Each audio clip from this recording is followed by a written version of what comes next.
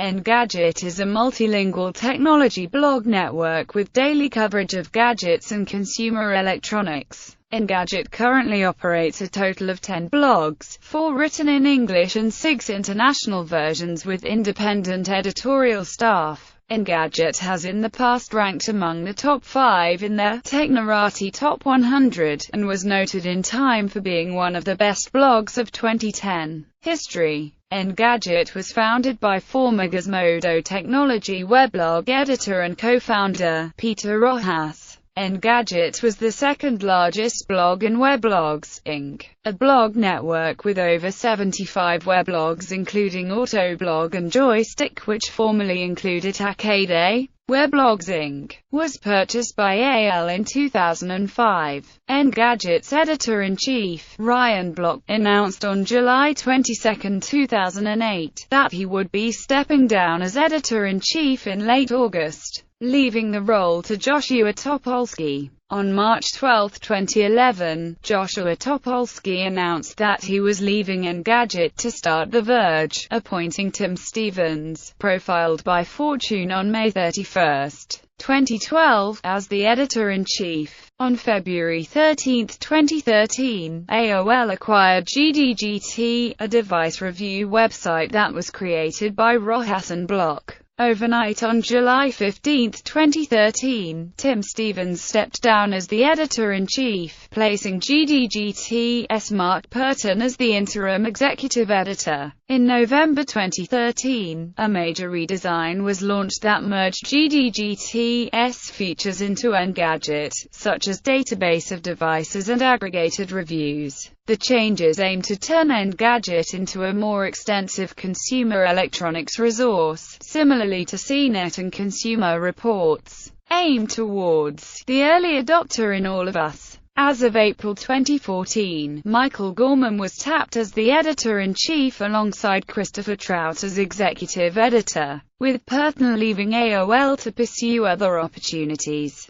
On December 2, 2015, Engadget introduced another redesign, as well as a new editorial direction with a focus on broader topics influenced by technology. Gorman explained that the core Engadget audience, people who are very much involved in the industry, pay attention to it very closely. But the new editorial direction is really meant to try to make it approachable for folks outside of that realm. Blogs. Engadget operates a number of blogs spanning 7 different languages including English, Chinese, Japanese, Spanish, Polish, Korean and German. The English edition of Engadget operates 4 blogs which, like the international editions, have been assimilated into a single site with a subdomain prefix. These include Engadget Classic, Engadget Mobile, Engadget HD and Engadget Alt. As of late 2013, these editions exist but have been wrapped into Engadget Classic. In March 2014, a UK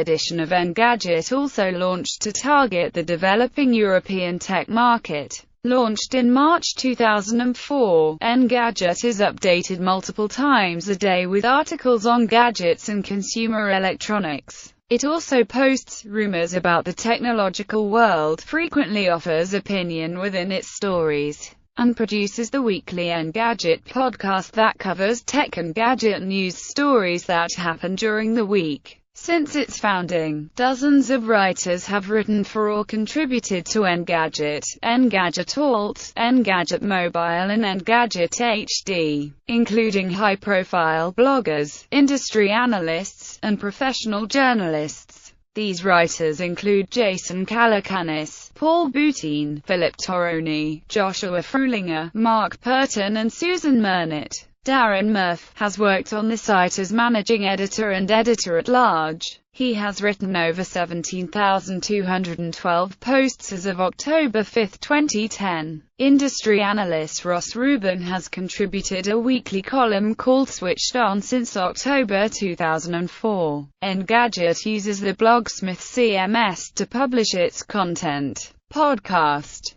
The Engadget podcast was launched in October 2004 and was originally hosted by Philip Torroni and Len Pryor. Toroni was the host for the first 22 episodes of the podcast, at which point Eric Rice took over. Eric Rice is known for his own podcast, called The Eric Rice Show, and has also produced podcasts for Weblogs, Inc. Eric hosted and produced 4 episodes of the podcast for Engadget until the show was taken over by Peter Rojas and Ryan Block. The podcast was hosted by Editor-in-Chief Joshua Topolsky along with editors Paul Miller and Nilay Patel, with occasional special guests until their 2011 departure. The podcast was produced by Trent Wolb under Topolsky's editorship and continued to be under Tim Stevens until December 2012. The topic of discussion for the podcast is technology related and closely linked to events that have happened during the week in the world of technology.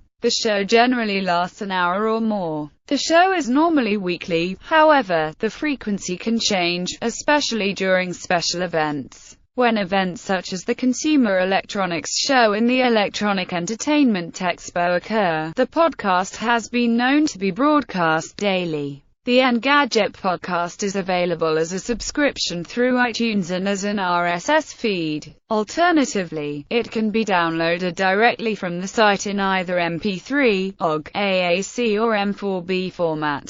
The M4B version features images related to the current topic of discussion and can be displayed in iTunes or on a compatible player. Engadget started doing live podcasts, usually broadcasting Thursday or Friday afternoons, hosted by Ben Gilbert and Terence O'Brien. The recorded podcast is usually available the day after. Engadget also hosts weekly mobile and HD focus podcasts, with the former typically featuring Brad Molan, and the latter is generally hosted by Ben Drawbaugh and Richard Lawler. As of June 27, 2014, all Engadget podcasts are on hiatus, according to a tweet sent out from Engadget's Twitter account. App. On December 30, 2009, Engadget released its first mobile app for the iPhone and iPod Touch. Engadget then released an Engadget app for the Palm Pre and Palm Pixie phones on January 1,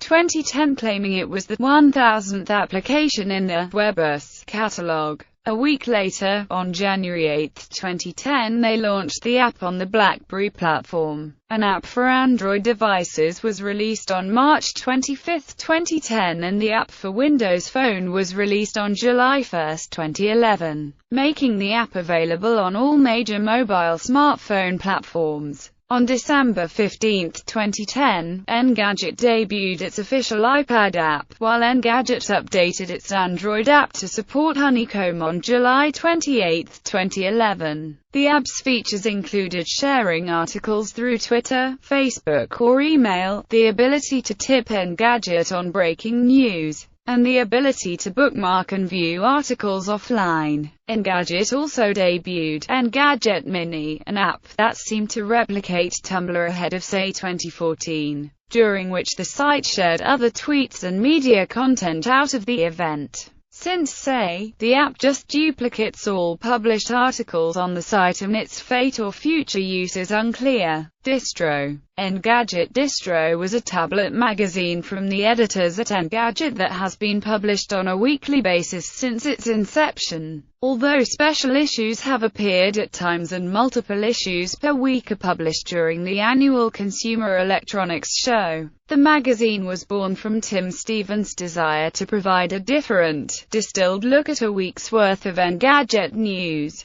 and to enable readers to enjoy that coverage without the frantic nature of the online experience being necessarily attached. The magazine was announced on September 20, 2011 and teased on that night's episode of the Engadget Show in New York City. It became available to the public on October 12, 2011, with the initial issues being available for Apple's iPad. On December 21, 2011, Distro officially moved into the newsstand app within Apple's iOS ecosystem while also becoming available for the first time on Android tablets. Each issue is also made available in PDF form. While Distro began as a way to see a week's worth of Engadget news distilled down into a single magazine, it evolved into a platform where high-profile features and long-form content are launched. Brian Heater's profile of Apple's third founder, Ron Wayne, was the cover story for issue 18, while issue 69 featured an in-depth look at PayPal coupled with an interview with its president, David Marcus.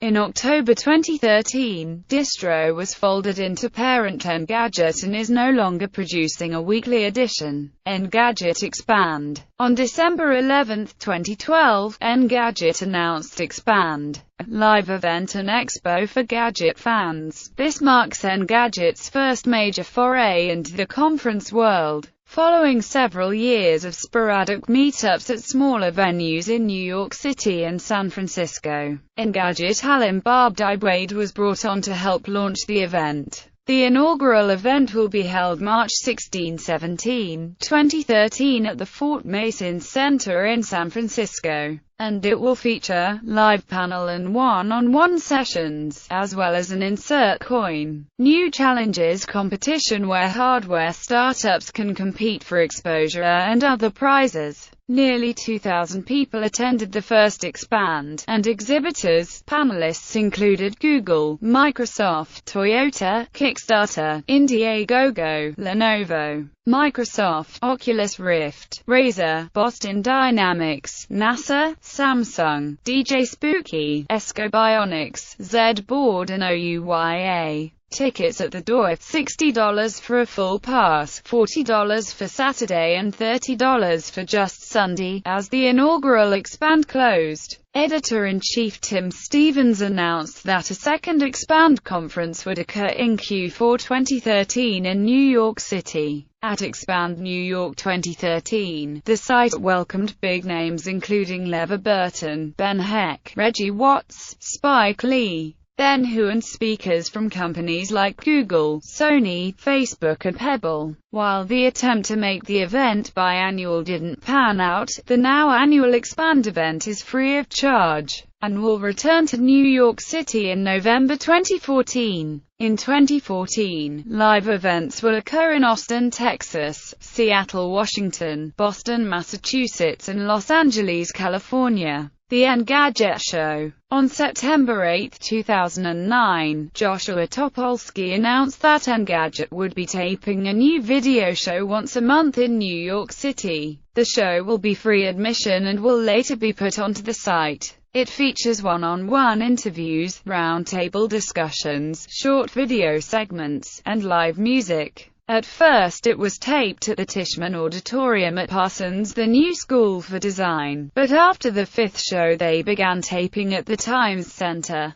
part of the New York Times building. The show was originally hosted by Joshua Topolsky along with editors Paul Miller and Nilesh Patel. After their departure from Engadget and AOL in early 2011, newly appointed editor-in-chief Tim Stevens became the show's host. It is directed by Michelle Stahl and is executive produced by Joshua Frulinger and Michael Rubens. As of 2014, the show is cancelled. Controversy. Trademark infringement. In early 2006, Engadget reported that they were victims of their likeness being stolen and used as a store name at a mall in Kuala Lumpur, Malaysia. However, they stated they would not be taking any action. The store has since changed its name. In July 2007, another store had opened, also in Malaysia, with a logo bearing the same resemblance to Engadget's. William Shatner and Twitter verification. On June 21, 2014, actor William Shatner raised an issue with several of Engadget's editorial staff and their verification status on Twitter.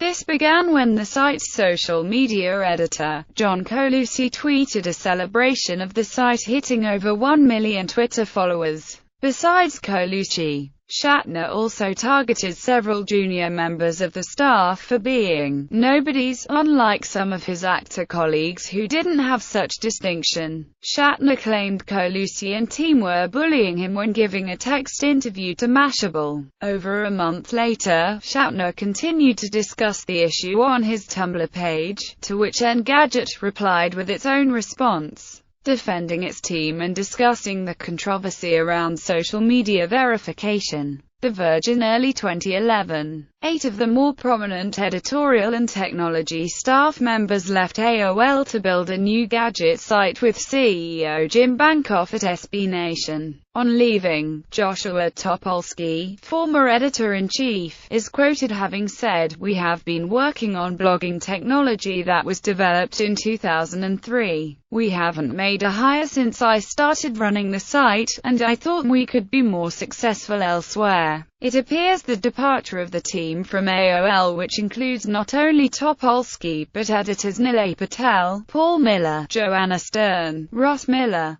Chris Ziegler, Chad Mumm, Justin Glow, Dan Chilton, Thomas Ricker and Vladislav Saviv, was primarily the cause of an internal memo distributed by AOL detailing the AOL Way, a 58-page-long company plan to grow AOL into a media empire. Some employees suggested that AOL was sacrificing journalism for page views and that it would be difficult for the organization to apply one-size-fits-all business model to reporting. The group set up a placeholder site, This Is My Next, while they developed a new technology news site in partnership with Vox Media. The new site, called The Verge, was launched on November 1, 2011. T-Mobile, Magenta, accusations on March 31, 2008. Engadget reported that Deutsche Telekom had sent a letter requesting that Engadget cease using the color magenta in its Engadget mobile site, claiming that T-Mobile had trademarked the color. Engadget issued a response on April 1,